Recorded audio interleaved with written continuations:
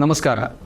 आपल्या सगळ्यांच्या लाडक्या बापाचा गणपती उत्सव आपण साजरा करणार आहोत. आता ह्या उत्सवामध्ये काही प्रश्नसुद्धा आपल्याला पडायला पाहिजे. गणपती उत्सव 10 दिवसांचा का? गणपती उत्सव 10 दिवसांचा आहे, मग गणपतीची आपण स्थापना करतो आणि नंतर विसर्जन करतो.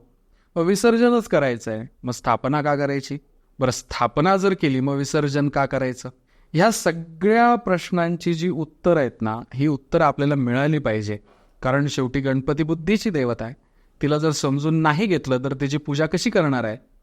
म्हणून ह्या सगळ्या प्रश्नांची उत्तरं, गणपतीची स्थापना असेल तर विसर्जनच का, विसर्जन असेल तर स्थापना का, 10 दिवसांचा गणपती उत्सव का, भाद्रपदामध्येच का, ह्या सगळ्या प्रश्नांची जर उत्तरं आपल्याला पाहिजे असतील, 1 सप्टेंबरला निःशुल्क प्रस्तावना वर्ग आपण गणेश दर्शनाचा घेत आहोत. याच्यामध्ये ह्या सगळ्या प्रश्नांची उत्तरं आपल्याला जाणून घेण्याची संधी आहे.